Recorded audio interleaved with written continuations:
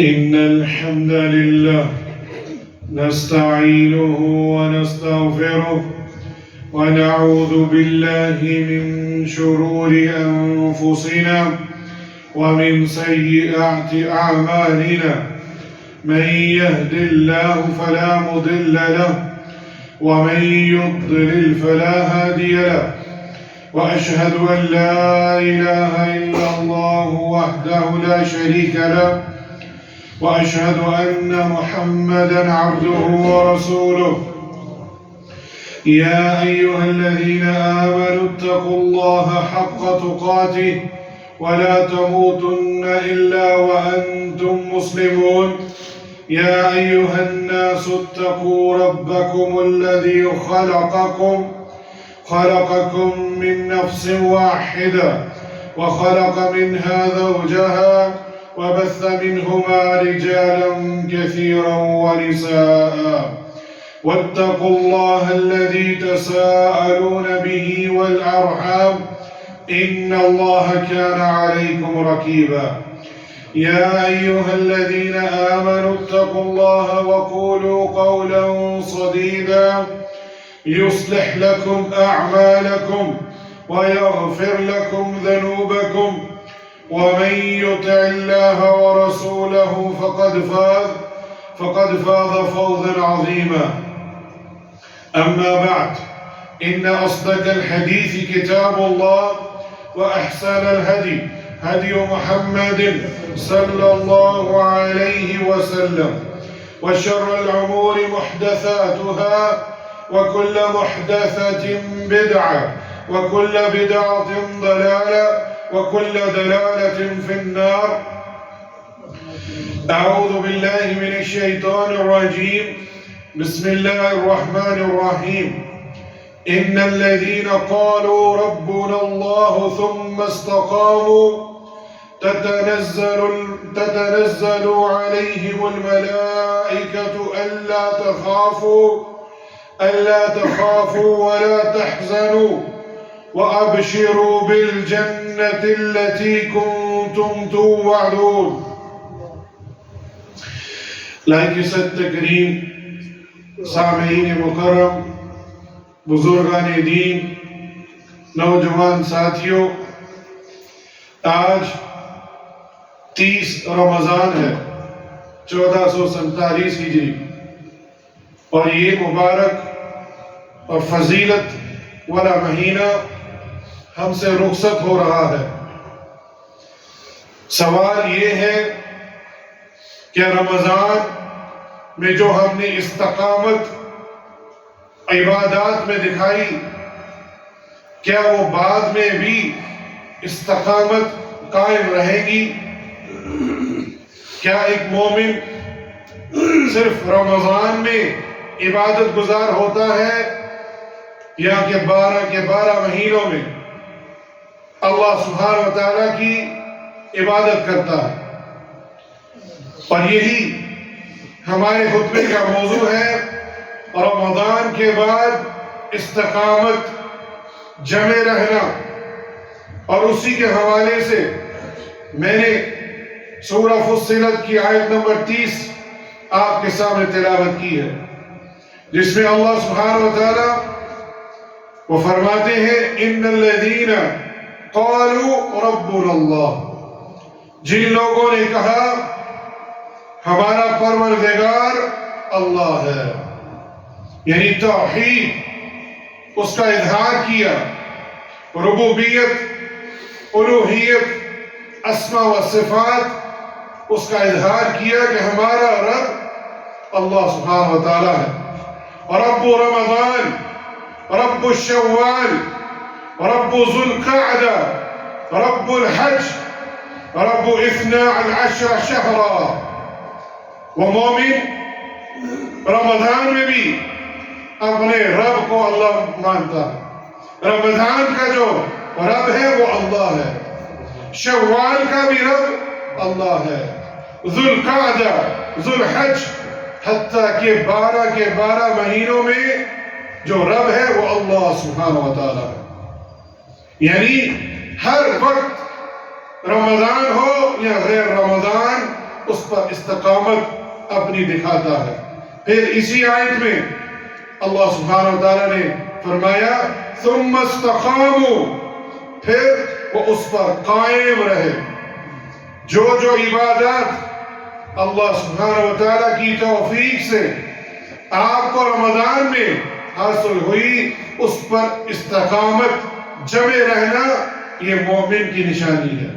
یعنی سخت سے سخت حالات میں بھی ایمان اور توحید پر قائم رہے، اس سے انحراف نہیں کہ بعض نے استقامت کے معنی اخلاص کے لیے ہے، یعنی صرف ایک اللہ ہی کی عبادت اور اطاعت کی۔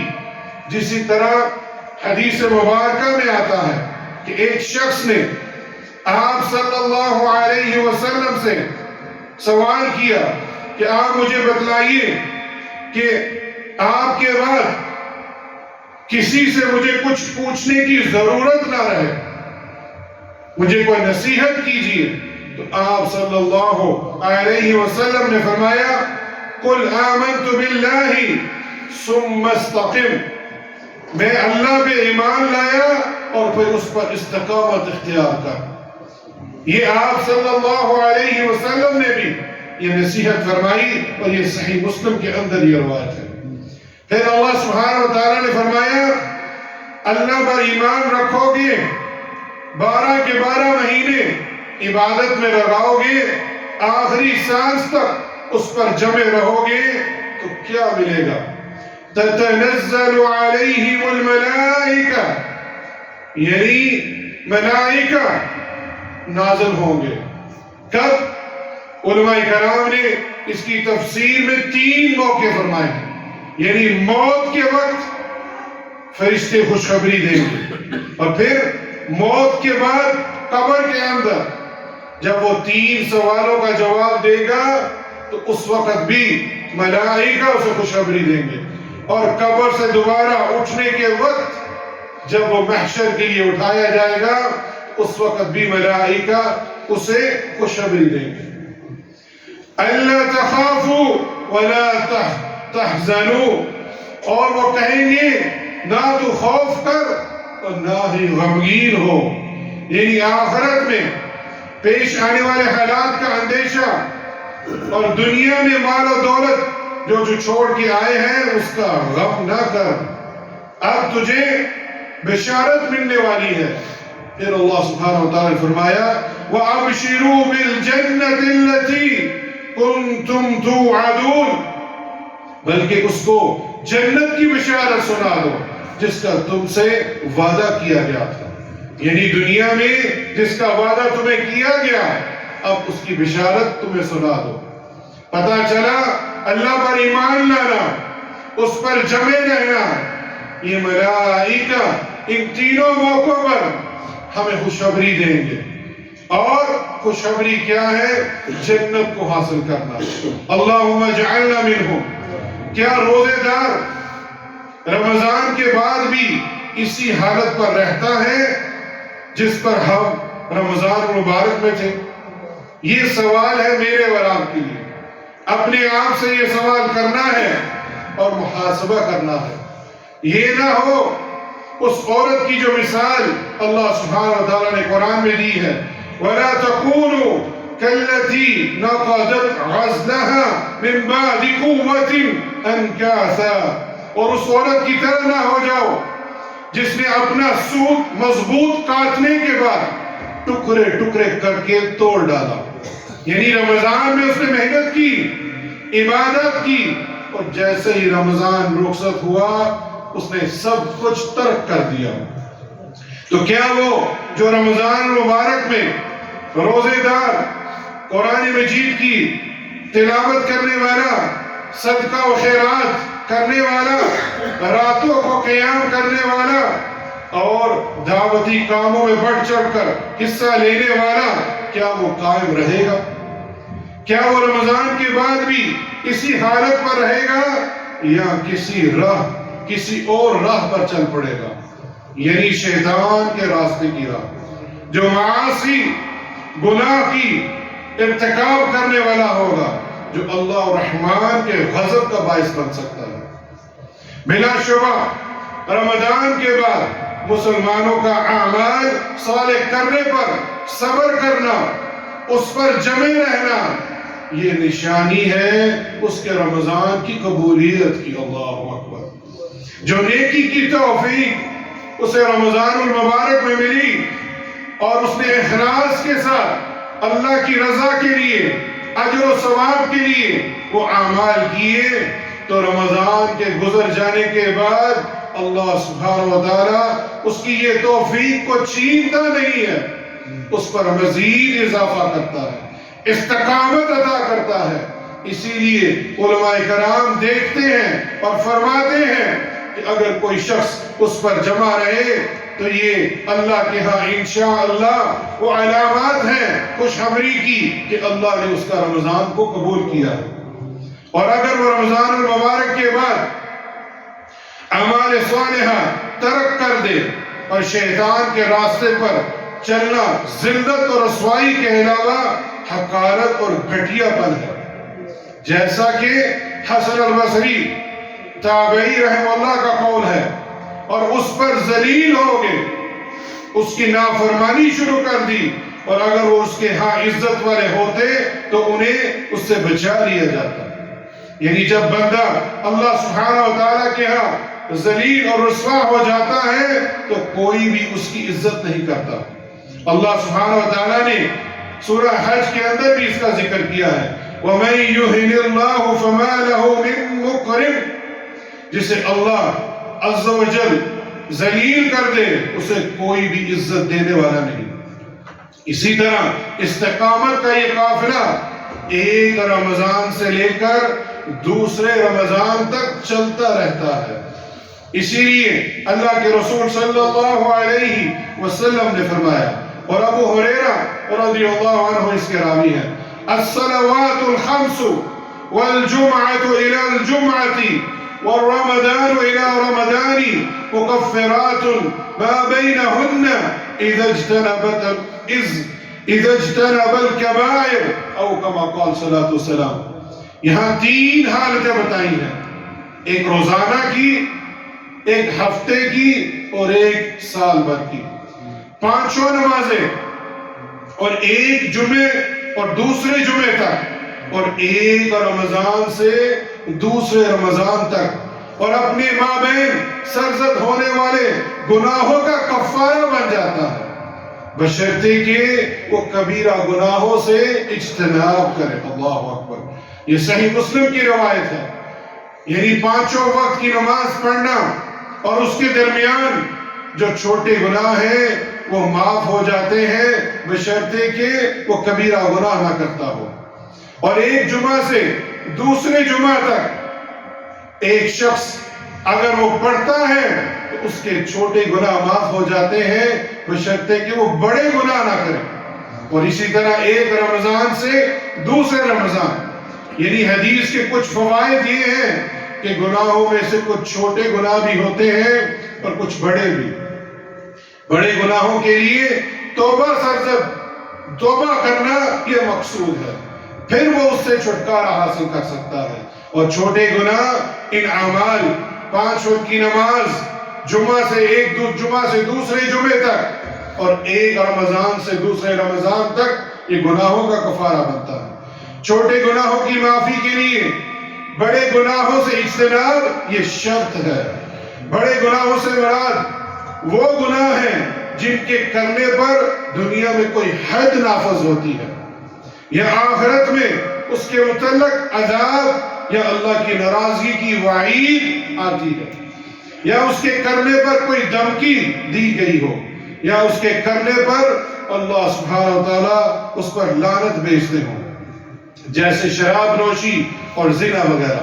یہ بڑے گناہوں کی نشانیوں میں سے ایک ہے کہ اس کے اوپر عذاب یا وعید سنائی جاتی ہے۔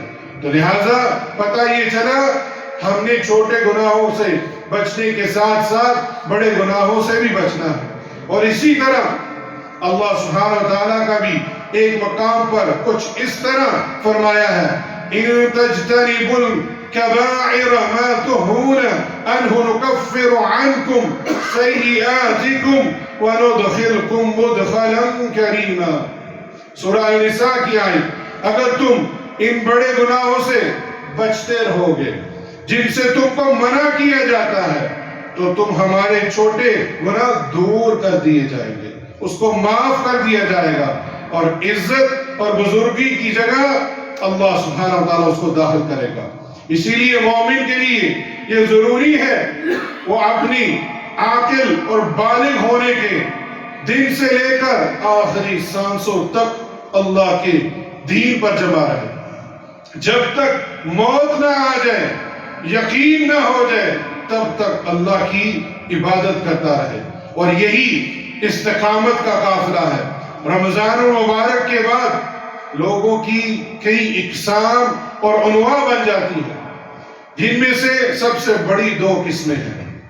آئیے, پہلی قسم, ایک قسم تو وہ ہے آپ انہیں رمضان المبارک میں اللہ سبحانہ وتعالیٰ کی اطاعت کرنے پر مجتہد پائیں گے, لیکن جیسے ہی شرف و فضیلت کا مہینہ رمضان المبارک ختم ہوا تو وہی شخص اپنی معاصی گناہ کی زندگی کی طرف لوٹ آئے, گویا کہ وہ اطاعت کی قید سے بند تھا, یعنی اس کو اطاعت نے بند کیا ہوا تھا.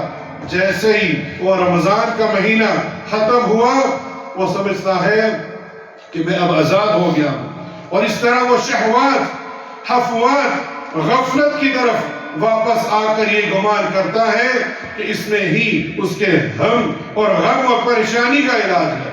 لیکن وہ مسکین یہ بھول جاتا ہے کہ معاصی اور گناہ ہلاکت کا سبب ہے. وہ بھول جاتا ہے کہ گناہ اور معاصی یہ ایک ایسا زخم ہے, پھر ان میں سے کچھ ایسے زخم بھی ہوتے ہیں جو اسے قتل بھی کر سکتے ہیں. تو دیکھیں کتنے گناہ اور معاصیت ایسے ہیں جن کی بنا پر بندہ موت کے وقت کلمہ لا الہ الا اللہ سے محروم ہو جاتا ہے.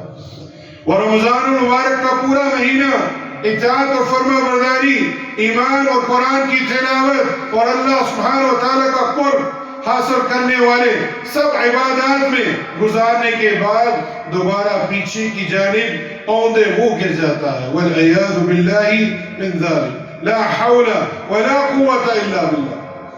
ایک شاعر نے کیا خوب کہا ہے, نمازی نے نماز صرف کسی مطلب کے لیے پڑھی, اور جب وہ مطلب پورا ہو گیا تو نہ نماز رہی اور نہ ہی روزہ نہ ہی عبادت. افسوس کی بات ہے.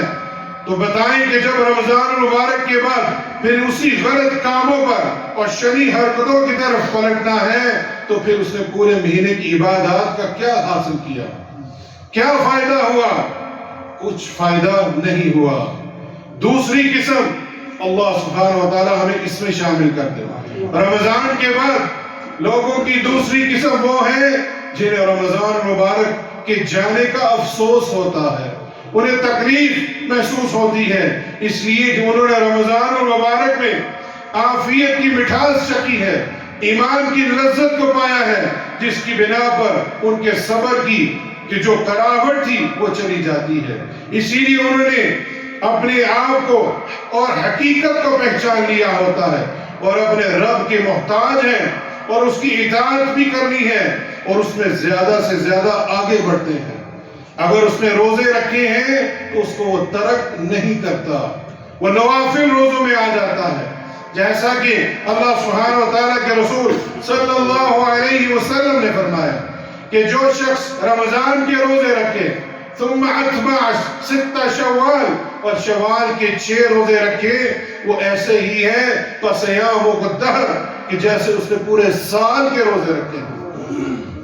یہ فضیلت یہ نوافل روزوں کے کرنے کے بعد حاصل ہوگی. اسی طرح مومن ایمان والا وہ ایام البید کے روزے بھی رکھتا ہے, اسی طرح ہفتے میں جمعرات اور سوار کا روزہ بھی رکھتا ہے. یہ مومن کی پہچان ہونی چاہیے کہ وہ اس عبادت کو ترک نہ کرے اور اس کو مسلسل کرتا رہے. ایک حدیث میں آتا ہے ایک شخص نفلی روزہ رکھے اللہ کی رضا کے لیے, تو اس کو جہنم کی آگ سے 70,000 سال دور فرما دیا جاتا ہے، اس سے جہنم دور کر دی جاتی ہے۔ اور یہ نفلی روزے کا ثواب ہے، اور فرض کا اس کو اللہ سبحانہ وتعالیٰ نے اپنے ہاں رکھا ہے۔ اسی لیے اگر کوئی شخص 5 وقت کا نمازی تھا، اسے چاہیے کہ وہ اول وقت کا نمازی ہی رہے، صف اول میں تکبیر اولا کے ساتھ نماز پڑھے۔ اللہ کے رسول صلی اللہ علیہ وسلم نے بشارت دی ہے، کوئی شخص 40 یومن 40 دن تکبیر اولا کے ساتھ جماعت میں نماز ادا کرے، براتان اس کو 2 چیزوں سے برات ملتی ہے۔ برات من النفاق، اس کو نفاق سے برات دی جاتی ہے، اور برات من النار، اس کو جہنم کی آگ سے برات مل جاتی ہے۔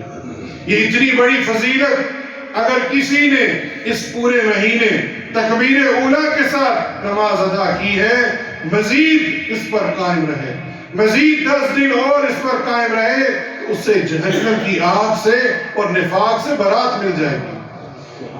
سلف و صالحین سے ملتا ہے 15 سال، 40 سال، 18 سال تکبیر اولا کے ساتھ نماز پڑھتے رہے۔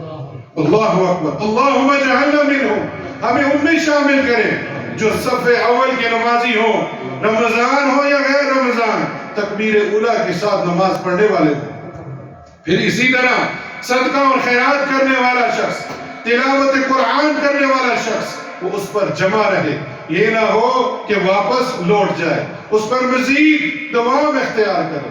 اللہ اکبر، اللہ سبحانہ وتعالیٰ نے قرآن میں رمضان کے ساتھ ہی یہ بات منسلک کی ہے کہ ہم نے آپ کے لیے آسانی پیدا کی ہے۔ رمضان کا روزہ رکھنا حلال چیزوں کو چھوڑ کر، حلال چیزیں ہم نے چھوڑی ہیں، اور اب آسانی ہے کہ ہم حرام کو بھی چھوڑ سکتے ہیں۔ جب اللہ نے ایک پورے مہینے ہمیں جمع کر رکھا کہ ہم حلال چیزیں ترک کر سکتے ہیں، تو رمضان گزر جانے کے بعد ہمارے لیے مزید آسانی ہونی چاہیے کہ ہم حرام سے دور رہیں، حرام مال نہ کھائیں، سود سے اپنے آپ کو دور رکھیں، اور کبیرہ گناہوں سے دور رکھیں۔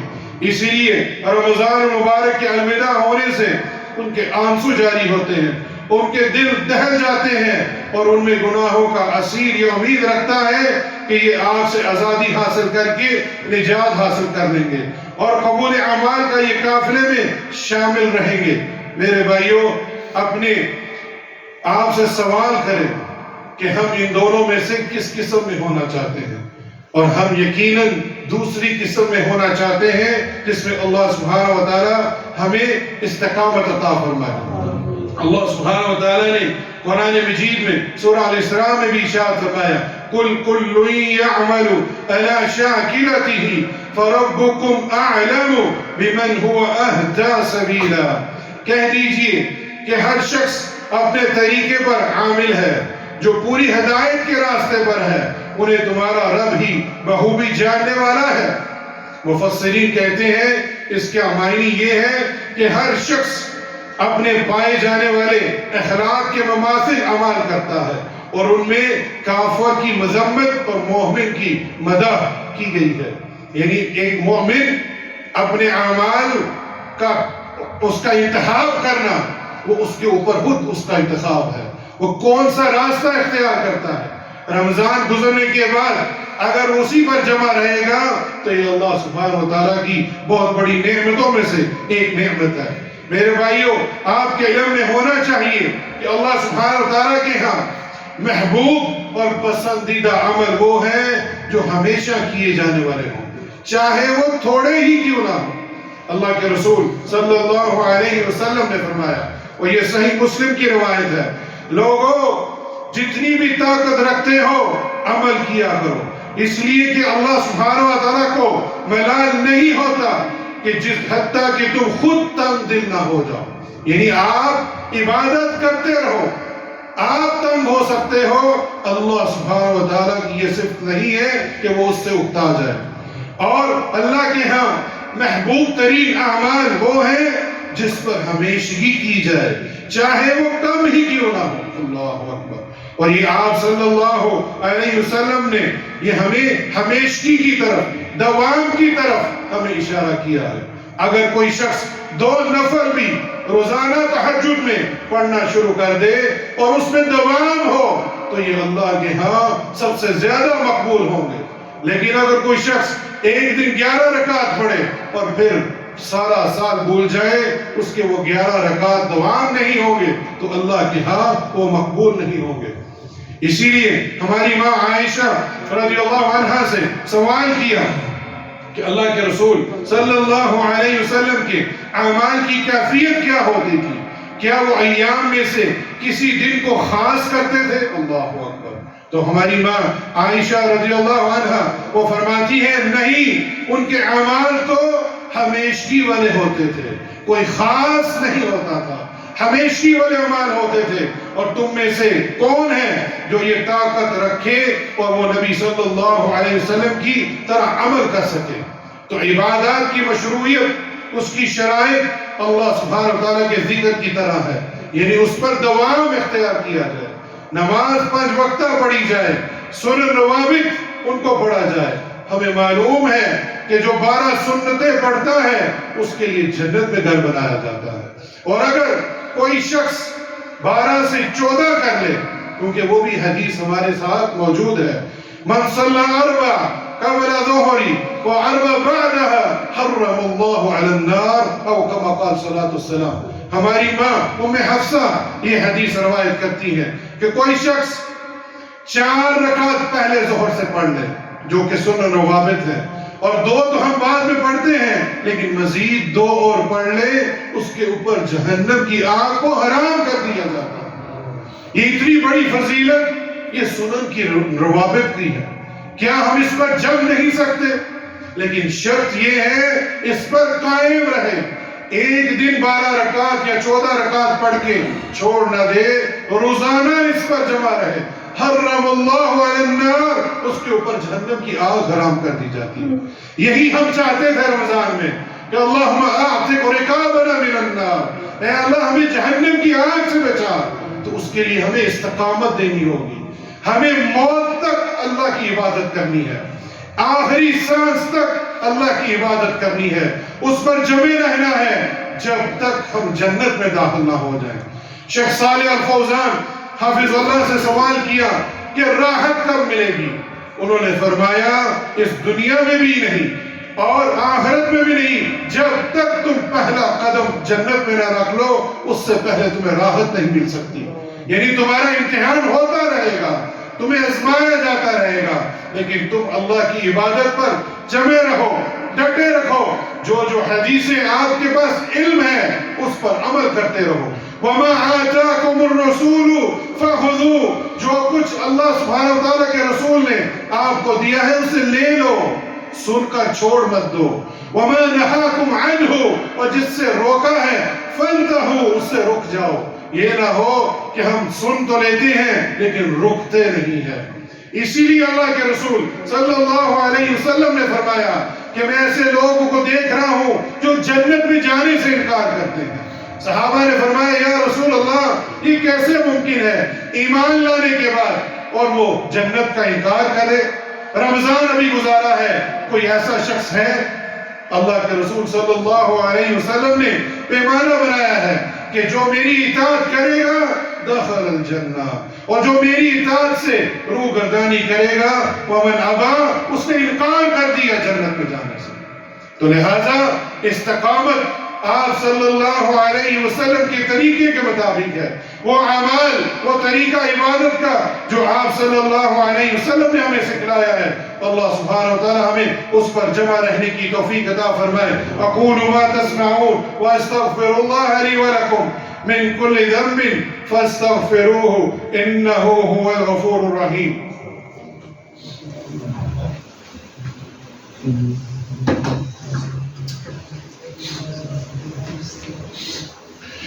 الحمد للہ والصلاة والسلام علی رسول اللہ، اما بعد۔ ایک حدیث بڑی معروف ہے، انما الاعمال بالنیات، کہ عملوں کا دار و مدار نیتوں پر ہے۔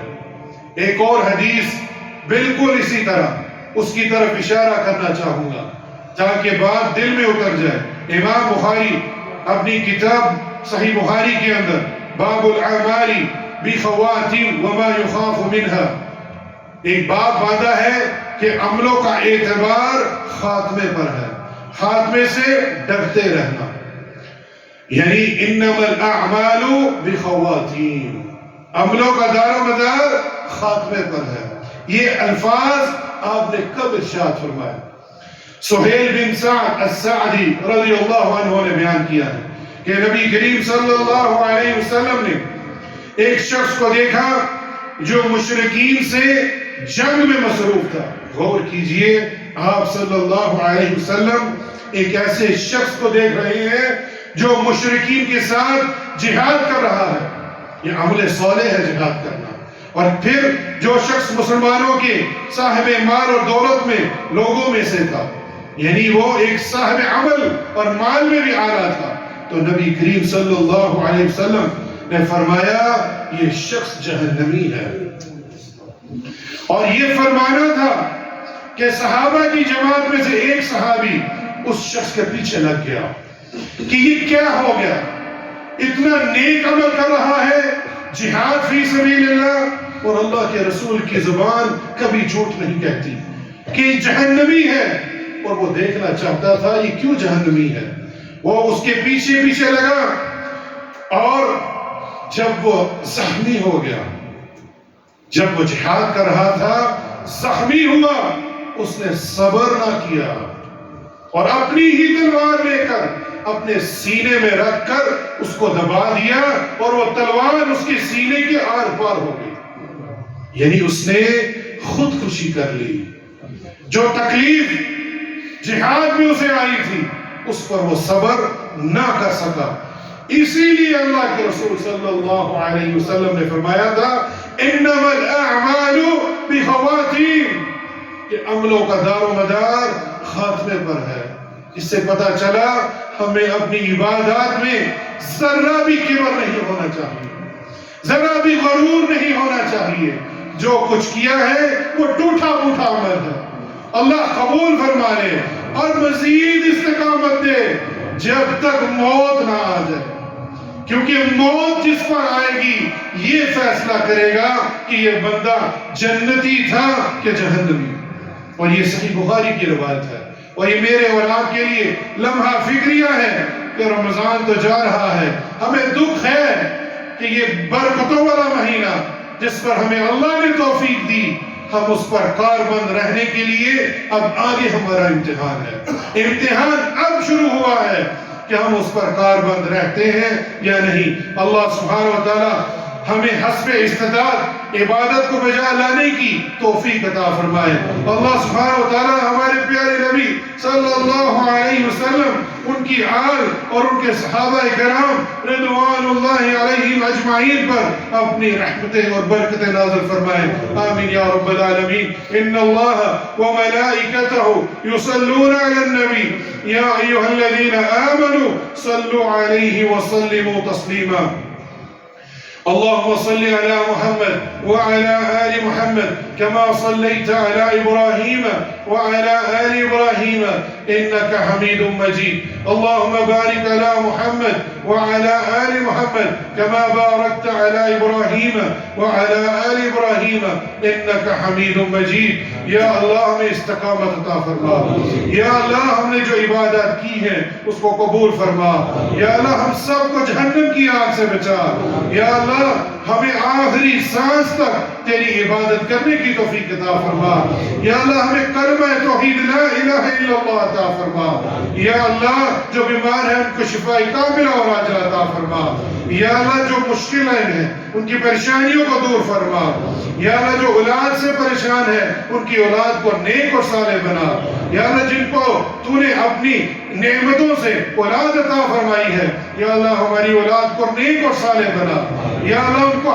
اپنے وقت کا عالم دین بنا، یا اللہ ہمارے لیے صدقہ جاریہ بنا، یا اللہ ہمارے والدین کی مغفرت فرما، جن کے والدین وفات پا چکے ہیں، یا اللہ وہ اس رمضان تو نہیں تھے لیکن ہم نے ان کے لیے دعائیں کی ہیں، یا اللہ ان کی ہماری دعاؤں کو قبول فرما، یا اللہ ان کی قبروں کو جنت کا باغ بنا دے، یا اللہ اس مسجد کے بنانے والوں کو، یا اللہ ان کے والدین کو بھی جنت میں جگہ عطا فرما، ان کی قبروں کو بھی جنت کا باغ بنا، یا اللہ اس مسجد کو بھی توحید کا گہوارہ بنا، یا اللہ ہم ایک اور مسجد بنا رہے ہیں، مسجد عمر بن الخطاب، یا اللہ ہمیں اس میں اپنی مدد عطا فرما، ہماری بھی استطاعت نہیں ہے، یا اللہ تو ہی ہماری مدد کرنے والا ہے، ہمیں اس کی مدد عطا فرما، مال کے ذریعے اور انسانوں کی جہود کے ذریعے، یا اللہ اس مرکز کو توحید کا مرکز بنانا، جس نے اس میں حصہ ڈالا ہے، یا اللہ ان کے لیے جنت میں گھر بنا، یا اللہ ہمارا خاتمہ بالایمان عطا فرما، ہمارے رمضان میں قیام، صیام، عبادات، تلاوت قرآن، عمل صالح، صدقہ خیرات، جتنے بھی اعمال ہیں یا اللہ قبول فرما، ربنا اننا آمنا فاغفر لنا ذنوبنا وقنا عذاب النار، اللهم انی اسألک رضاک والجنہ واعوذ بک من سخطک والنار، اللهم انی اسألک الهدى والتقى والعفاف والغنى، اللهم اغفر لي ذنبي كله دقه وجله واوله واخره وعلانيته وسره، یا اللہ یہ رمضان ہم سے جدا ہو رہا ہے، یا اللہ ہمیں جہنم کی آگ سے بچائے بغیر ہم سے یہ جدا نہ کرنا، یا اللہ ہمیں جنت میں اعلیٰ مقام عطا فرمانا اور خاتمہ بالایمان ہمیں عطا فرمانا، ربنا آتنا فی الدنیا حسنہ وفی الآخرة حسنہ وقنا عذاب النار، ربنا اغفر لی ولوالدی وللمؤمنین یوم یقوم الحساب، ربنا تقبل منا انك انت السميع العليم وتب علينا انك انت التواب الرحيم، عباد الله ان الله يأمر بالعدل والإحسان وإيتاء ذي القربى وينهى عن الفحشاء والمنكر والبغي يعظكم لعلكم تذكرون.